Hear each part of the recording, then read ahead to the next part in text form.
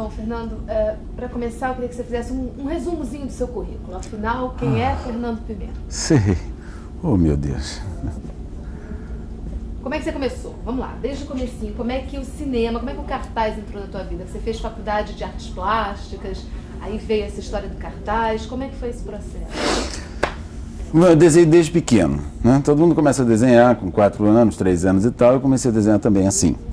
Só que eu não parei de desenhar. Eu continuei desenhando. E descobri umas outras atividades também, quer dizer, a fotografia, a poesia, os textos e tal. Então começou a acontecer na minha vida uma coisa de trabalhar com criação. Entendeu? Criação, né? Criar coisas, inventar coisas. Por aí foi indo e tal. Uma vez eu fui procurar até o Ziraldo para ele publicar um texto, uma ilustração dos Beatles. Ele acabou publicando com o Rui Castro, que na época era Fair Play, que era uma revista meio Playboy, uma revista meio assim. E ele fez um texto sobre os Beatles para poder publicar o negócio. Eu agradeço isso ao Ziraldo até hoje, muito engraçado. O cinema, um belo dia o Rui Santos me encomendou um cartaz de cinema. E aí eu fiz um cartaz que está até aí na exposição, que é o Desconhecido. Rui Santos é um velho fotógrafo do cinema, um cara da antiga e tal. Daí, para ser contratado pela Embrafilme, não custou muita coisa. Entendeu? O Gustavo Dal me contratou para ser o diretor de criação da Embrafilme. Então ali eu fiquei mais ou menos uns 4 anos fazendo essa coisa. Ali mais ou menos foi uma produção que posso dizer assim, de uns 50 trabalhos. E como diretor de criação, quer dizer, eu fazia e faço tudo. Quer dizer, o cartaz, os spots de rádio, televisão, é uma campanha, são campanhas de filme. Assim, já que se o assunto é cartaz, ele surgiu assim. O cartaz é o que fica desse material todo. O cartaz é o que melhor imprime na cabeça das pessoas, que é uma peça assinada, é uma peça grande, entendeu? Que tem um formato generoso do ponto de vista gráfico. Então, assim.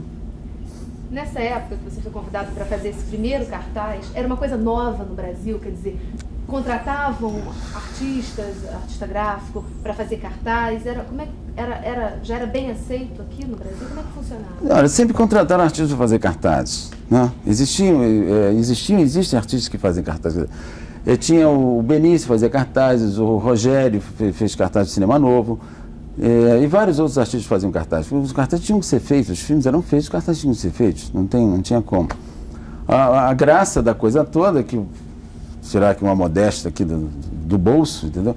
É que eu mudei um pouco a forma de fazer o cartaz, de tratar o cinema como um produto de publicidade, quer dizer, uma publicidade da emoção, mas de qualquer maneira um produto para ser vendido.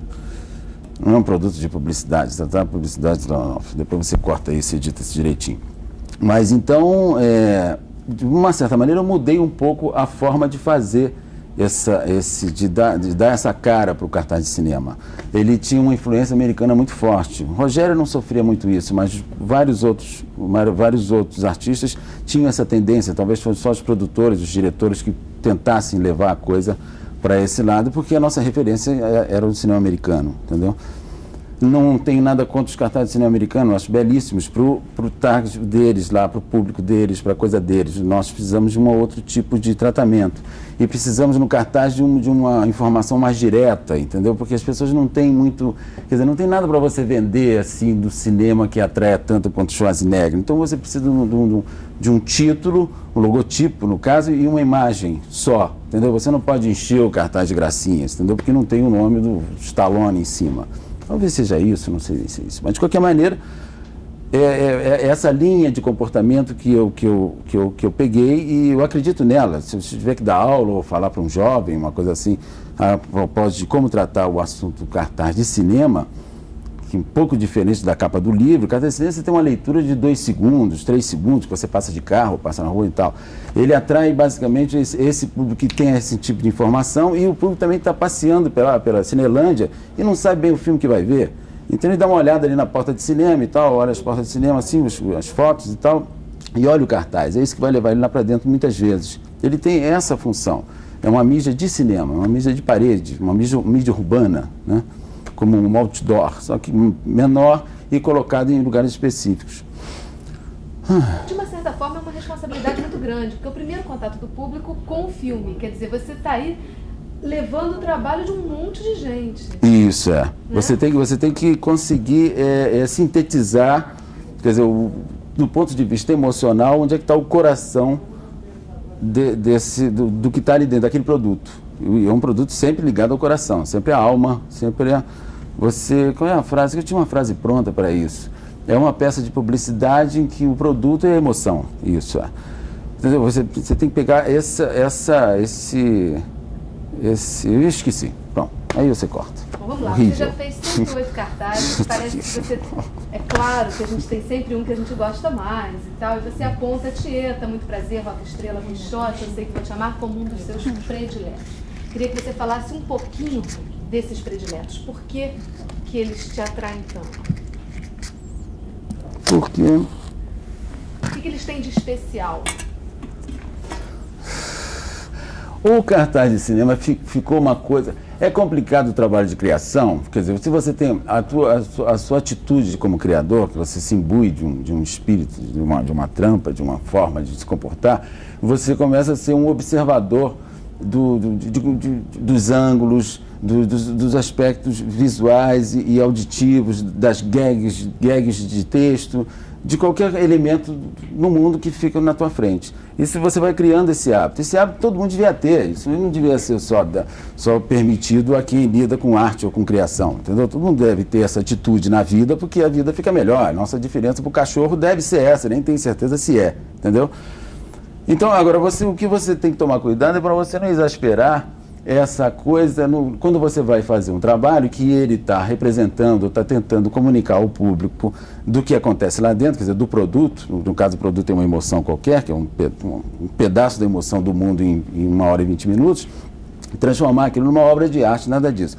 Mas, de qualquer maneira, como você está tratando de emoção, você também não pode fazer um trabalho comercial descarado, direto, tão claro assim. Você deve ter algum mistério dentro daquele trabalho, alguma história, um âmago qualquer, uma questão emocional qualquer, para atrair o cara. Porque está tratando do coração dele. Você não está pegando ele pelo bolso, né, pelo cinto, né, pela cueca, entendeu? Você está pegando ele pelo coração. Esses trabalhos conseguem fazer essa divisão, entendeu? Entre arte, publicidade, comércio, venda, atração e existência e amor, entendeu? Lida com esses sentimentos todos. Eu acredito que esses trabalhos que eu normalmente prefiro, que eu gosto, que eu aprecio mais, tenham todos esses elementos, que eu tenha conseguido administrar todos esses elementos. Quer dizer, isso nem sempre acontece, isso depende um pouco de sorte, depende um pouco dessa inspiração, que eu chamo de sorte, né? Dessas coisas todas caírem juntos por um funil, no mesmo lugar, na mesma hora, e aquilo acontece e surge e você faz aquilo, entendeu?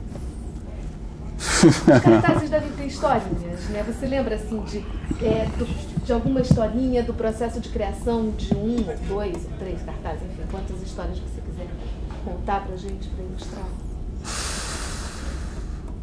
Olha, tem história, eu não estou me lembrando de nenhuma agora, falar com você vai ter que editar esse troço, porque eu não estou me lembrando de nenhuma assim. Deixa eu ver assim, por exemplo, se você quiser enfiar o que eu vou dizer, por exemplo, na questão do computador, né? Por exemplo, eu estava comentando agora lá em casa e tal sobre a questão do computador. Então, por exemplo, no cartaz como é que é o nome da porra do filme? Você edita esse troço, não? Com certeza. Leila Diniz. Então, Leila Diniz, o que foi feito? O cartaz de Leila Diniz, que é aquele cenário do Rio de Janeiro à noite, com uma mulher sentada numa banana, né? Com a mulher sentada na banana, com a Leila Diniz sentada na banana. Como é que ele foi feito? Eu mandei fazer uma pintura, um painel, entendeu? De 4 metros por 2,500, mandei plantar uma banana lá em cima, com um banquinho.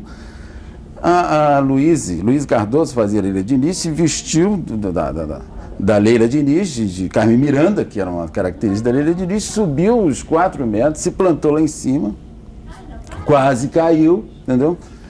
E ali nós fomos fazendo as fotos para conseguir as poses, e isso numa traquitana imensa, entendeu? Quer dizer, hoje em dia, na questão do computador, o que aconteceria? Eu pegaria o postal numa banca de jornal, a banana na geladeira e a Leila botar deitada no sofá, entendeu? E editava aquilo tudo no computador, entendeu? Isso é uma gracinha. Agora, o computador agiliza a sua vida, é claro, mas perde um pouco dessa poesia, desse romantismo, dessa bossa toda, que é a gracinha que você está contando pra gente. É verdade, é. Como é que fica? Você que viveu os dois lados da moeda. Olha, o computador fica até engraçado. Depois de velho, ele fica engraçado. Porque quando você... Eu não sei se é isso, né? Mas quando você é jovem, você pega esses piques, né? E você pega materiais, recorta e cola e monta aquilo e tenta fazer os efeitos de trucagem de fotografias todos em laboratórios. E aquilo é muito suado, demora dias para fazer e custa uma grana, entendeu? A diferença é que aquilo agora é muito mais rápido. Agora, quando você passa por isso tudo, quer dizer, você passou pela prancheta, por todas aquelas edições fotográficas, aquelas montagens, aquelas trucagens, quando você senta na frente daqueles efeitos que estão ali e não estão prontos, você tem que utilizar daquilo, você tem que conhecer forma, desenho, luz, né, claro, escuro e tudo mais, fica muito mais fácil você lidar com aquilo. Para mim, foi como se fosse um brinquedo, me deram um grande brinquedo. Aconteceu um grande brinquedo. Isso já aconteceu outras vezes. Outros equipamentos, quer dizer, o pincel já foi substituído de uma certa forma pelo airbrush, o bico de pena foi substituído também pela Oxford, que era um tipo de caneta. Esses fenômenos tecnológicos aconteceram de outras formas. O computador foi mais arrasador, digamos assim. Ele pegou mais geral, ele dominou bem uma situação. Você diagrama, você tem várias... Quer dizer, tem um fim do mundo todo para fazer no computador. Depois você tira essa droga aí. Geralmente, você levava quanto tempo para fazer um cartaz bem elaborado, como esse da Leila que você falou, naquela época antes do computador, e quanto tempo você leva hoje? Quanto tempo você o da Leila é complicado, porque aí, por exemplo, o painel, eu me encomendei a um sujeito para ele pintar um painel de 4 metros de altura. E depois eu tenho que encomendar um marceneiro para poder fazer a traquitana toda e esticar aquilo numa parede. Essa parede é falsa e ela tem um reforço muito forte para poder você ter um banco com uma banana que também foi pintada e recortada num compensado. Então, isso é uma traquitana, isso leva uma semana para você montar. Aí leva o fotógrafo para lá e passa mais um dia inteiro fazendo as fotos, entendeu? Faz uns ensaios, depois faz as fotos. Tem uma curiosidade, nessa brincadeira dela cair ou não, teve um momento que ela faz assim, entendeu? E eu acabei escolhendo essa foto, justamente porque ela está fazendo assim, entendeu? Dando reclamando, não vou cair então. Agora continuando ainda no computador, nessa era computador, qual foi o cartaz mais high-tech, mais que você Olha, fez? o computador ele agiliza e fica mais rápido. Esse fenômeno todo que eu estou contando da Leila, isso aconteceria em 2 dias ou em 4 dias, às vezes, porque você tem que, mesmo tendo ele toda essa parafernália, essa coisa toda, você acaba demorando, porque você tem que retocar, você tem que trabalhar muito para aquilo ficar verdadeiro, que ainda mais com um compromisso, já que teoricamente você está com, você está com uma máquina que teoricamente é mágica, né? Porque as pessoas acham que aquilo é mágico. Não, vira a cara do cara, não vira a cara do cara. Então o seu compromisso aumenta no acabamento, no departamento de acabamentos, né? Ao passo que quando você cria uma traquitana para fazer uma determinada coisa, aquela traquitana é assumida também, né? Tem um aspecto maluco nela que você assume e é bacana como tal. Você não está querendo enganar o cara dizendo que ela está numa banana voando, né? E o computador agiliza isso tudo, mas ao mesmo tempo também você perde muito tempo no sentido que você tem que então transformar aquilo numa coisa real, né? Qual é a sua pergunta mesmo? Qual foi o cartaz mais high-tech, mais que você usou mais a computação? Eu não tenho nenhum cartaz assim, high-tech, assim, tipo, eu uso muito, quer dizer, eu estou trabalhando no computador, então eu uso neles todos, eu trabalho muito, entendeu? Eu fico muito tempo diante da tela para os acabamentos, para aquilo ficar bonito e bem feito e com uma boa resolução. Então eu não tenho nenhum assim que... Tem um caso engraçado, que é o cartaz do Índio do Brasil, que é o filme do Silvio Bach. Aliás, a Leila é o filme do Bigode. Bigode não, Luiz Carlos Lacerda. O filme Índio do Brasil, o filme do Silvio Bach. O índio, por exemplo, você não tem o índio, você nunca fotografa o índio direito, porque o índio, ele ri ou ele está sério. E mesmo quando ele ri, ele não tem muito mais expressão do que quando está sério, não está tão feliz assim. O índio, ele não tem uma expressão de espanto nunca, você não tem nenhum, não. Todo material fotográfico de índio, você não tem espanto.